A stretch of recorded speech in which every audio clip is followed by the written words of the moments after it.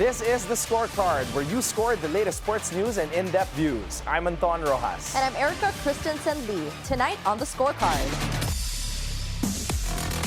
Świątek gets even with Eala at Madrid Open. Mobley named NBA Defensive Player of the Year. In MLB, Jung-hoo slams his way back to the top with MLB leading 11th double in Giants' victory. In the NBA playoffs, the Knicks hold off the Pistons to take a 2-1 series lead. While the Grizzlies has Morant sidelined with left hip injury after a hard fall against the Thunder. And we have PBA legend, El Presidente himself, Ramon Fernandez on the show. All the headlines and more on the Scorecard tonight, the 25th of April. Now, here's our roundup. Almost a month after Filipino tennis phenom Alex Eala shocked the world by toppling world number 2 Iga Świątek in Miami, the Polish star has served up some sweet revenge at the Madrid Open. Defending champion Świątek shook off a shaky start to stage a comeback, claiming a 4-6, 6-4, and 6-2 win at the Manolo Santana Stadium back in Madrid. After dropping the first set and trailing early, Świątek stepped on the gas, delivering a powerful performance in the next 2 sets to sweep aside the 19-year-old Filipina. She fired off 5 aces in the second set alone, rallying from 2-3 down to even the match. In the third set, Eala struggled to find her groove, falling behind 0-3 early. She managed to get on the scoreboard and even snagged a game to make it 1-5, but Świątek proved too strong in the end with Eala serving in the 8th game. A costly error sealed her fate as Świątek closed out the match in style. Despite racking up 57 unforced errors to Eala's 47, Świątek balanced it out with a dominant 40 winners compared to Eala's 16 and out-aced her 6-3. Next up for Świątek, world number 31 Linda Noskova, who earlier dispatched Maria Lourdes Carl in straight sets 7-5, 6-1. Cleveland Cavaliers power forward Evan Mobley was crowned NBA Defensive Player of the Year, becoming the first player in Cavaliers history to win the honor. The 23-year-old 7-footer from San Diego is in the fourth season with Cleveland, who finished the regular season with a league-best 64-18 record and topped the Eastern Conference playoffs. A global panel of 100 media members voted on the award, with Mobley receiving 285 points. Atlanta's Dyson Daniels finished second with 197, and Golden State's Draymond Green came in third with 154. Mobley averaged 18.5 points, 9.3 rebounds, and 3.2 assists in the regular season. Now, while his defensive numbers were impressive, he ranked 6th in the NBA with 1.59 blocks per game, 13th with 7 defensive rebounds, and he also contested 10.4 shots per game. When Mobley was the closest defender, opponents shot 44.5% from the field, 3.2% lower than expected. Cleveland finished 8th in the NBA's defensive ratings and 3rd in opponent field goal percentage, but when Mobley was on the court, the Cavs' defensive rating would have ranked 2nd in the league.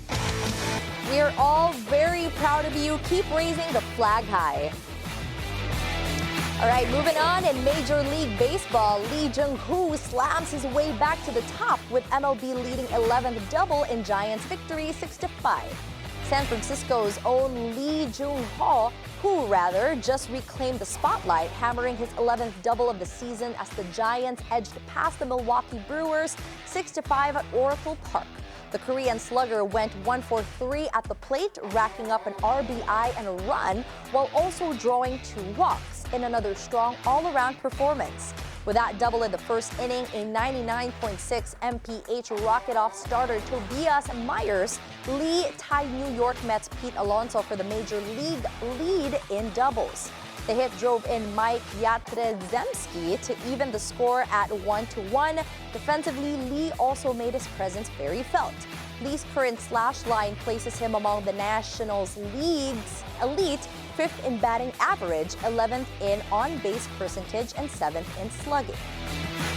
The win, of course, helped the Giants clinch the series against Milwaukee, taking 3 of 4 games at home and boosting the record to 17-9 on the season. In the NBA playoffs, Karl Anthony Towns scored 31 points and Jalen Brunson added 30, leading the New York Knicks to a 118-116 win over the Detroit Pistons to claim a 2-1 series lead. OG Anunoby and Mikal Bridges chipped in with 22 and 20 points, respectively. Despite the loss, Detroit's playoff drought continues, having not won a series in 17 years and without a home playoff win since 2008. Brunson also added 9 assists and 7 rebounds, while Towns had 8 rebounds and perfectly nailed 7 for 7 from the free throw line. New York closed the second quarter with a 23-6 run to lead 66-53 at halftime. Detroit cut the lead to 75-73 in the third, but the Knicks responded with a 9-2 run to stay ahead. With 2 minutes left, Detroit pulled within 108-105, but back-to-back Brunson scores sealed the win for New York. Cade Cunningham and Tim Hardaway Jr. led Detroit with 24 points each. Meanwhile, Grizzlies' Morant sidelined with left hip injury after a hard fall against Thunder 114-108. Memphis guard Morant was forced to leave the playoff game against the Oklahoma City Thunder after suffering a left hip concussion from a tough fall under the basket late in the second quarter. With just over 3 minutes remaining in the first half, Morant went down hard and did not return after halftime. He was then later ruled out for the rest of the game. And of course, after which Luke Kennard stepped up in his absence, but the Thunder mounted a stunning comeback, overturning a 29-point deficit to pull off a 114-108 victory and take a commanding 3-0 lead in the series. Interim head coach Tomas Isalo said Morant will undergo further medical evaluation. Morant briefly returned to the court to take free throws, clearly limping, but missed both before heading straight to the locker room, visibly frustrated as he removed his jersey on the way out. The play was reviewed for a potential flagrant foul, but officials determined it was a common foul. Before exiting, though, Morant had recorded 15 points and 5 assists. And here are the current playoffs rankings.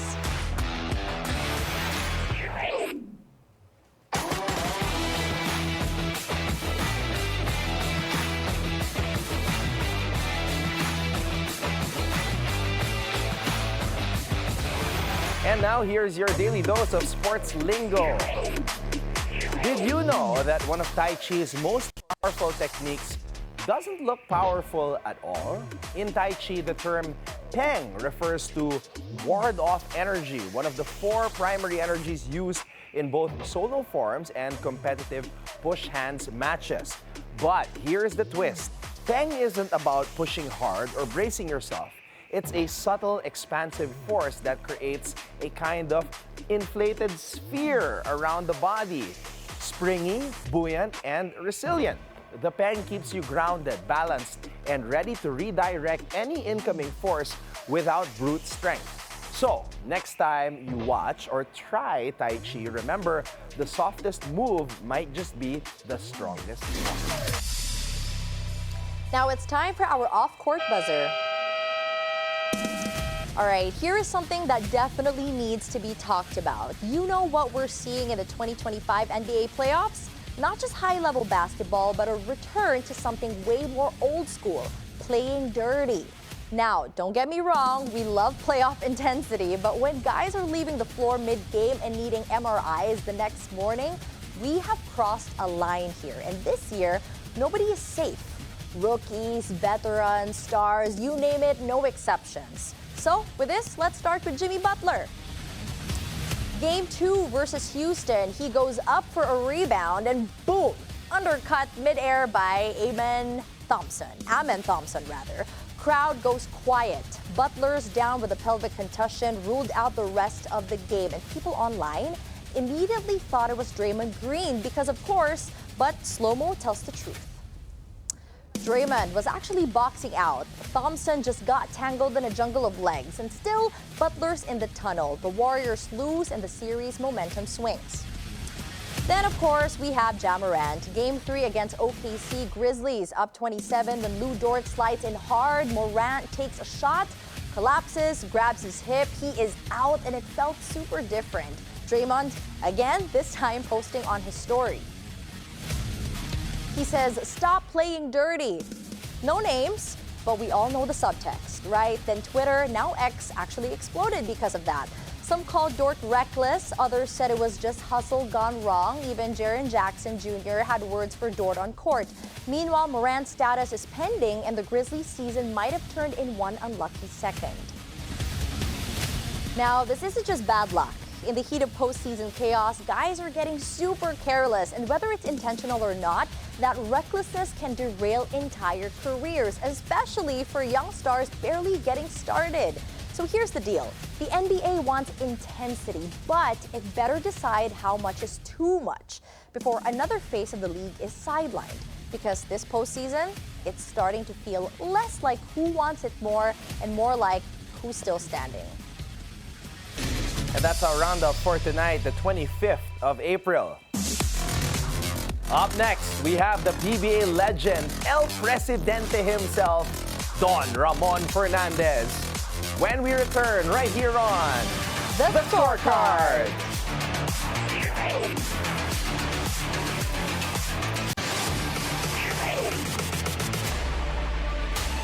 Welcome back to the Scorecard. He is one of the giants of Philippine basketball, a legend whose mystique continues to hold sway in today's generation of PBA players. Please welcome via Zoom, the one, the only, El Presidente, Don Ramon Fernandez. Don Ramon, magandang gabi po, and thank you for staying up with us. You're talking to us via Zoom all the way from Cebu, the Queen City of the South. Hello, sir. So nice to see you.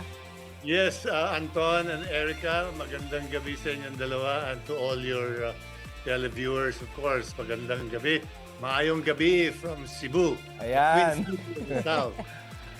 Sir, isa pong karangalan ito para sa show namin, The Scorecard, to have you one of the pillars of Philippine basketball, one of the greatest to ever do it. Don Ramon, for my first question, I want to ask you. Thank you, but the honor is mine also, Anton. Salamat Yes, go po. ahead. Sir, I just want to ask your initial reaction to the 10 players added to the PBA's 50 greatest. Ano po yung reaction nyo with that? Well, first of all, I'd like to thank the leadership of the PBA, Commissioner Willie Marshall, for including me in the selection committee. No, we were 10. There were 10 of us, and it was an honor and privilege for us to be part of this selection committee that selected the next 10 players para maging 50 in time for the 50 years anniversary of the PBA. No? So yes, for me it's very important yung naglabas tayo ng 50 greatest players for the 50th anniversary. No? For me, it's really more of than just a tribute. It is, we can say, a cultural milestone in Philippine sports. No? It honors the pioneers and icons who helped shape not just the PBA, but basketball in general as a major part of Filipino identity. No? The list creates a standard for what it means to be great in basketball, in Philippine basketball for that in this instance. No? The skills of the players, the impact they have sa mga spectators, the longevity ng player, and the influence. No? It also gives younger players a bar to reach, and fans a reference point for comparing eras. Ibang eras, iba-iba na ang galing talaga ng players. We have to accept that, no? In short, the PBA 50 greatest isn't just nostalgia. It is a powerful storytelling tool that links past and present, inspires the future, and anchors the league legacy in Filipino history. No? So it's really part, alam naman natin kung gaano kaloko tayo mga Pilipino sa basketball, no? So, masasabi ko na rin na tumanda na ako sa basketball, no? Yeah. Hindi mo ka, sir. Hindi mo ka. Salamat. All right, Sir Ramon, you mentioned earlier about how, given this prestigious title to you, you get to shape in your own way Philippine basketball. So I also wanted to ask, just out of curiosity, maybe we could backtrack a bit and maybe pwede mo naman sa amin ikwento, Sir Ramon, you playing days mo back in the PBA in the day. People know you as El Presidente not only because of your skills on court, but mostly because of your leadership. What was it about your leadership style that you felt kind of influenced your generation and the generations to come? Well, yes. Thank you for that question, Erika. No? Early in my career, I realized na kagad that basketball is a team game. No? You need every teammate of yours to help you, to help the team win championships. No? And yan ang binigyan ko ng importance. No? Like I used to say, I tell sports writers before, no? I could have scored 30, 40 points a game, but ang iniisip ko, pag ginawa ko yon, baka naman yung iba kong mga teammates sasamaan loob. Ako lang ang magiging sikat. Ako lang nasa newspaper lagi, no? So I make it a point really to involve the teams, no? So I made it a point really to make as many assists. If I could only score 15, 20 points a game, and assist 10 points, 10 assists per game, and 10 rebounds a game. That would make my teammates happy if they are able to hold the ball and score points also during the game. No, that was a simple formula that I did since the beginning, no, which I realized early in my career. No. Don Ramon, is it okay if I ask you a tough question? Okay lang po ba? Universally, in basketball, ang kinikilala bilang GOAT, greatest of all time, si Michael Jordan. Pero dito sa Pilipinas, pag pinag-uusapan ang GOAT conversation, tatlong pangalan ngayon ang lumalabas. Ramon Fernandez, of course, Robert Jaworski, and a guy that you trained when he was young in Cebu, Junmar Fajardo. So I wanna ask you personally, sir, para sa inyo, sino po ba ang GOAT? And as a follow-up question, did you know right away that Junmar Fajardo was gonna become what he is today? First of all, I would just like to leave that to the fans to correct the untruths, you know? I will be biased if I say I am. No? But, mas maganda yung hindi naman mag-aaway, what you call that, diskusyon ng mainitan. Yan. Regarding that topic, no? But yes, early on in the career of Junmar Fajardo, after I think in his second or third year, when he won his first MVP, I think he won it on his second year or third year. I can't remember exactly. But right after he won his first MVP, I already said that easily, I fell short pa nga yata because ang sabi ko lang mga 6 or 7 and probably more than that before his career is over because hindi naman natin masabi yung longevity niya nga sa career, no? Because factors like health factors would come in. That's why early on also I advised him to take care of his health talaga, na huwag siyang tumaba because pag lumaki siya, bumigat yung timbang niya, after 10 years of playing, when he reaches in his early 30s, which he is right now, injuries sets in, no? So he has to be in top shape, no? And I think I've proven that Well, it was an advantage also na payat ako. Hindi ako tumaba. Kaya tumagal ako ng 20 years sa PBA. No? So, yeah. Early on from his career, alam ko na he will have a record number of MVPs won. And sir, we are very thankful that you saw the potential in Junmar at you were generous enough to impart your wisdom to him. Don Ramon, I have a question for you, another one, because one of your old adversaries, Manny Victorino, was here on the show recently. At nagkwento po siya sa akin. Magkabantayan daw po kayo lagi. And he even demonstrated na pag ikaw daw yung bantay niya, he would put his elbows up close to your face. And then, nung napansin mo na daw na his elbows were high, iniiwasan mo na daw. So, I want you to confirm that story and how was it like going up against a guy like Manny Victorino? Well, I'll have to dig up my memory in my computer up here. After playing more than 1,000 games, it's really hard to remember all those mga ugali ng mga nakakalaban ko. No? Yeah, but I remember that was his one of his habits na nilalagay niya sa taas. No? Para takutin na huwag tamaan yung mukha mo. I think I have to give it to him. I think nagagwapuhan siya sa akin. Siguro yung ilong ko o yung but yeah, he was a tough guy also to defend. We will make sure to send this to Manny Victorino. That's a funny story.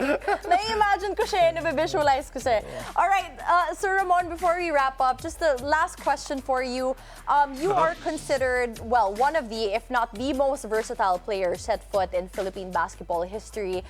Just out of curiosity, what was it about your game that you really focused on developing to become the versatile player that you are known for? Well, number one was the what you call this, the ball handling skills, no? Because if you don't have a good basketball, ball handling drills, it's hard for you to develop your footwork, no? Even if you have a good footwork, but if your ball handling ability is not really that much, hindi masyado magaling, maiiwanan mo rin yung bola mo, no? So those two, ball handling skills and the footwork is what we needed. Because like in my case, payat ako eh. Malalaki yung mga kalaban ko, so hindi ko naman pwedeng brasuhin yung mga yon. True. Nobody could block your elegant shot. That's quite hard to block because, you know, when you're in offense, you're always at least half a step ahead of the defense, no? So they'll never know when you're going up for that jumper, for that running shot. So malilate talaga sila, matulala na lang sila, no? Well, Don Ramon, we want to say thank you so much for the time. Maraming salamat po and God bless you, sir. Thank you for everything you have done for Philippine basketball. Thank you also so much, Anton and Erika, and to all the viewers.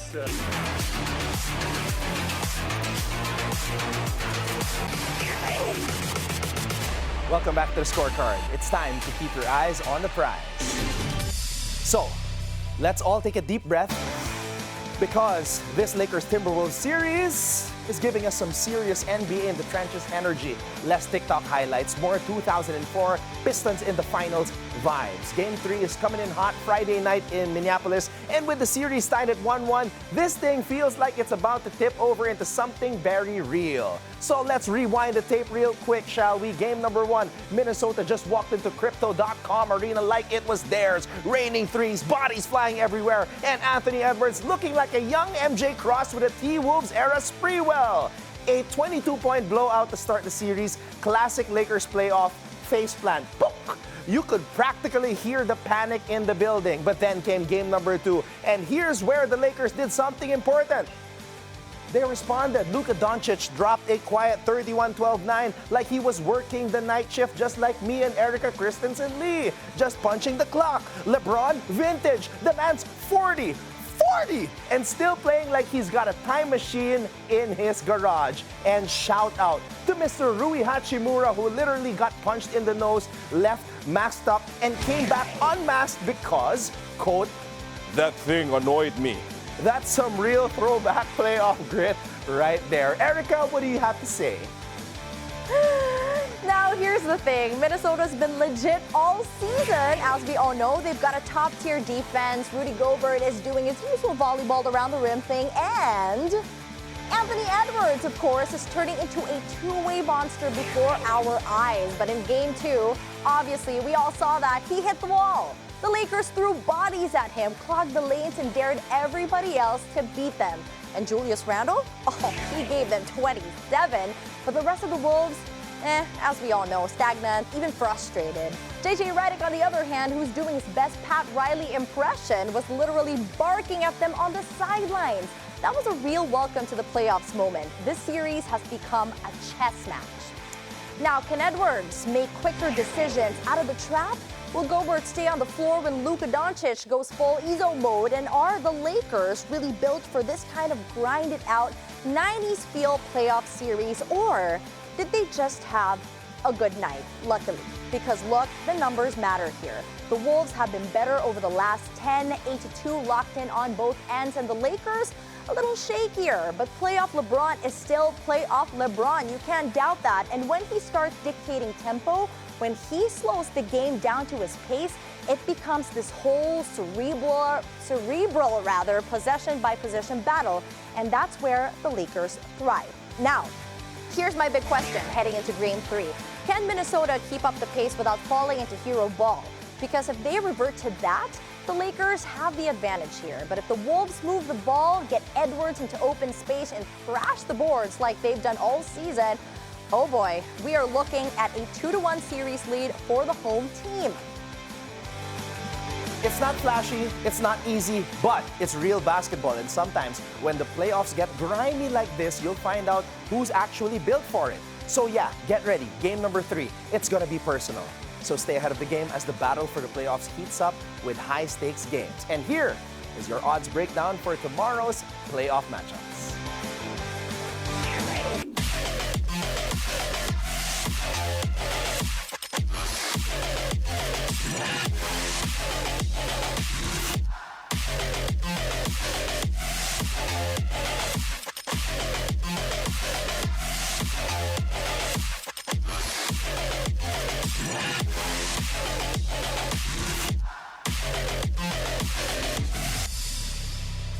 And that wraps up tonight's preview, so you can keep your eyes on the prize. Now, before we go, think on this.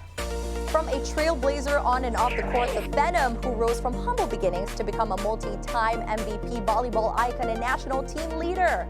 Eliza Valdez once said, "It's not always about winning. Sometimes it's just about standing back up with grace." And with that said, thank you for joining us tonight. We will see you again tomorrow on the Scorecard, where sports is our business. And business is our sport, right here on the Bilyonaryo News Channel. This has been Anton Rojas. And once again, has been Erika Kristensen-Lee. Have a good weekend, everyone. We'll see you next week. Happy weekend.